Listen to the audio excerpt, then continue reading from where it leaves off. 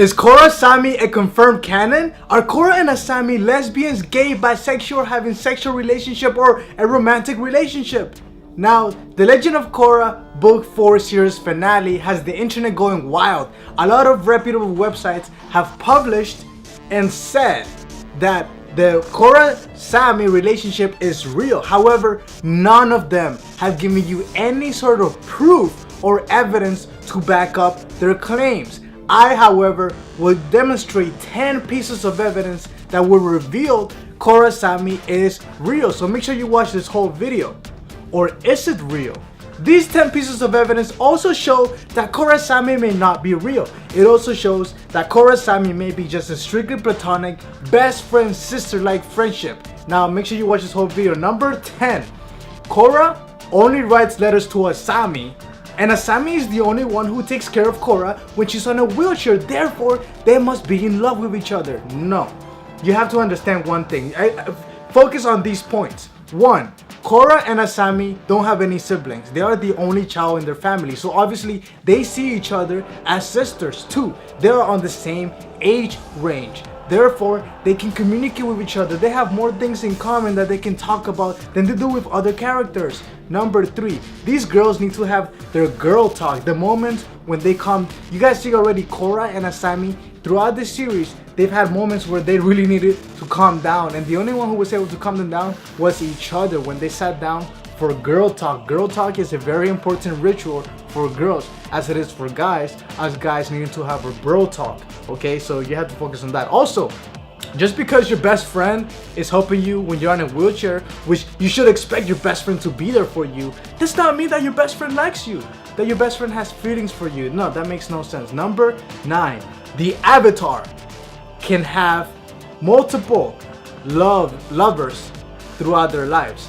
Or that they may not be the case.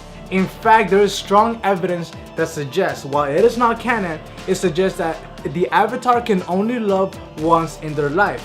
Now, aside from Korra, there are 3 more avatars out of all the avatars that we know the love history. Now, Avatar Aang and Avatar Roku, when they were young kids, they were in love with a girl. And when they died loving the same girl they loved since they were younger. Only one girl in their life. Now, the third person is Avatar Kuruk. You guys remember Avatar Kuruk? He was a swagger man. He was good with the ladies. All the girls wanted him. But he only ever loved once, and that was to his fiance. His fiance Umi, who you guys already know, got her face stolen by the face stealer spirit, Koth. Number 8. The writers purposely wanted and planned. They planned for an open ending for the viewers to decide. No, they didn't. No, where do you come up with these things? Search online. Show me the evidence. There is nowhere where any of the writers ever mentioned through writing or interviews or video conventions, any comic book panels, nowhere do they ever mention that they wanted this type of ending for the viewers to decide. I'm pretty sure they're excited though that people have these crazy conclusions, because I'm sure they're laughing their ass off right now. Now the next point is number 7. There was plenty of time for Korrasami romance to build up. No, there wasn't. Much of book 4 was spent on Korra focusing on herself, battling her demons, her fears of Zahir. And in the finale episode, she reveals to Tenzin, she reveals to him that she was in a dark place after getting poisoned by Zahir, and that she needed to go through all that pain and suffering to understand through compassion. I know I was in a pretty dark place after I was poisoned, but I finally understand why I had to go through all that. I needed to understand what true suffering was, so I could become more compassionate to others. And then after that, she tells Asami, I am sorry for not being there for you. Basically, I'm sorry for not being there for anybody. I should have been a better friend. I don't think I ever really apologized. For what? For being gone all that time. For not coming back sooner. Because I was too busy focused on myself. So no, there was no time for a Korrasami romance to build up, especially because it wasn't until the very end, towards the end of this book 4, that finally Korra freed herself from the fears of Zahir. So that also shows you something. Number 6, relationship development between Asumi and Korra is romantic. No, it isn't. In book 3, episode 1, as they're driving, Korra tells Asami that she never was able to have a real friend like Asami to talk to besides her pet Naga. Whatever happened with Mako, I'm glad it hasn't come between us. I've never had a girlfriend to hang out with and talk to before, except for Naga. This is nice. She tells her that they have this strong friendship that Korra reveals to her. There was never any sort of romantic relationship between them, and if there was, it would have been established. Korra, you guys already know, the writers are very good at this. Every character relationship has been spoken about through conversation between the characters. Have Korra and Asami ever spoken about being in love with each other? If they are in a romantic relationship, they will be the only characters out of the whole season where the writers were being sloppy with, not paying too much attention or including them since the beginning. No, the writers plan way ahead. They don't just freestyle, they plan way ahead. They would have given us more foreshadowing, more details if this was the case. Number 5, Korrasami is canon. No, it isn't. In order for something to be canon, it needs to be proven fact. It needs to be hardcore evidence. There isn't. The whole Korrasami concept is a theory. It is speculation based on what people want. Now, I do want Korrasami to be real. I would love Korrasami thing to be the real thing. But I have to go off the evidence, not what I want and what it should have been, but what it is and what the story is suggesting. Korrasami is not canon. Number 4, Korra has moved Korra has moved on from Mako and now has feelings for Asami. That is not true. You guys are forgetting the complicated relationship between Mako and Korra.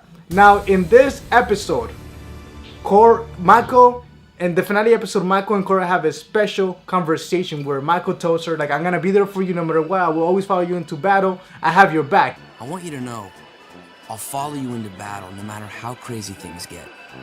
I've got your back, and I always will. And you guys saw her reaction. Yo, Korra was so happy. She was like, almost blushing. And the music that played in the background while that was happening, beautiful. You guys, these two people, have you never been in love with somebody so much that even after you break up with them, you still have feelings for each other? Do you really believe that after Korra and Mako broke up, that they had no feelings for each other? If you guys go back to the books, you will see that they still had feelings for each other. They were shy, especially Mako was being nervous around them. While you were gone, I kind of kissed him. No wonder he's so nervous around us. You're not mad? No. I mean, I kissed Mako when he was going out with you, so... You what? I'm so sorry. I thought you knew. Mako was being weird around them. So, this episode reveals that Mako perhaps has feelings for her and that Korra still has feelings for Mako. The next point is number 3. We're almost there. Korra and Asami holding hands as they glaze into each other's eyes by the spirit portal is clear evidence of romance.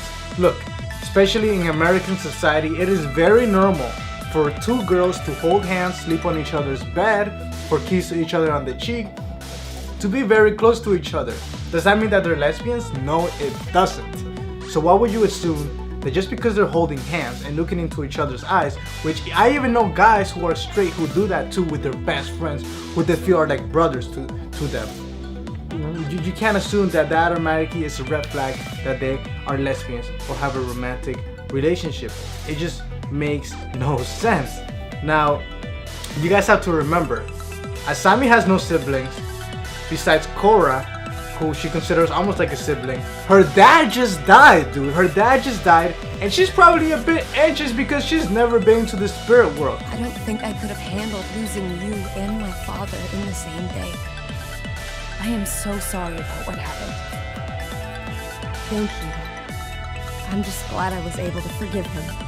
So of course it makes sense for Korra to grab her hand and, hey, I got you, girl. We're in this together. Don't be nervous. I got you. That's what I'm reading from that holding hand scene. The next part. Number 2. Korra is taking Asami on a romantic vacation and nobody knows about it. Okay, let's go back for a moment. First of all, Asami clearly states that she needs a vacation after everything that has happened. Now, pretend you're Korra. Oh wait, vacation. Oh dude, a spirit portal just opened up a few moments ago right there, a few yards away from us. I have an idea. Why don't we go inside the spirit world somewhere I've never been through that portal. I want to explore that portal, and Asami has never been to the spirit world. Wouldn't it be cool to go there for a vacation? Guess what? That is probably what Korra was thinking. Also, they didn't just escape together without letting anybody know. No, if you guys noticed, there was a time gap between when they decided they would go on vacation and when they actually started walking towards the spirit portal. Because as they were talking, they were actually, their hair was done, they were very classy dressed with their nice dresses, and then when they were walking towards the spirit portal, their hair was different, their outfit was different. That night was not about them. They wouldn't have gone out and abandoned Varric and Julie's wedding ceremony so they can go off on vacation. No. There was probably a few days afterwards, after the ceremony, that they came back and decided to go into the spirit portal. Okay, so that is what makes sense for this vacation. Number one, the evidence clearly shows that a Korrasami relationship is very obvious. No, no, it isn't. SpongeBob has more conclusive evidence and more compelling evidence to even suggest that SpongeBob and Patrick have romantic feelings to each other. They've worn each other's underwears, they've held hands, they've looked each other in the eyes, they've been really close and intimate. Do people say that they're gay? There is no clear evidence to suggest that they're gay. So then why would you think that the legend of Korra and Asami are lesbians or bisexual? There is no clear, compelling evidence. The only small evidence that anybody that I've heard from so far are undertones from their acts of friendship, that people are twisting their acts of friendship into things that, oh, no, that's not friendship, they must love each other. Oh, no, they don't. Yes, it would be cool if they did, but again, there is no clear evidence to suggest. So, in conclusion, in order for these characters, as we see in other characters, they need to communicate their feelings to each other. They didn't. I almost said Akami. Asami and Korra did not communicate those type of feelings to each other, nor to us. Okay? Why is it that people have an issue with two girls ending the series on a strictly platonic friendship, where they feel like they're sisters to each other? Why do people have to assume that The Legend of Korra is the series that is trying to start this new movement for accepting lesbians in a kids network? She is now dedicating time to her best friend Asami, who is now like a sister to her. Not just a best friend, but a sister. They're walking into the spirit world. They're gonna have great adventures together as friends. That is what you should be getting from the finale. It is a beautiful finale. Please do not twist it. Do not ignore books 1, 2, 3, because this is not a season 4 finale. This is a series finale. Thank you for watching. Subscribe to this channel if you want to see more discussions on The Legend of Korra, and let me know in the comments below. Again, if you're gonna say Korrasami is real, you have to bring the evidence. Anybody who doesn't bring evidence, their comment will be deleted, because you can't make a claim without backing it up. Thank you for watching. I'll see you all next time. Peace.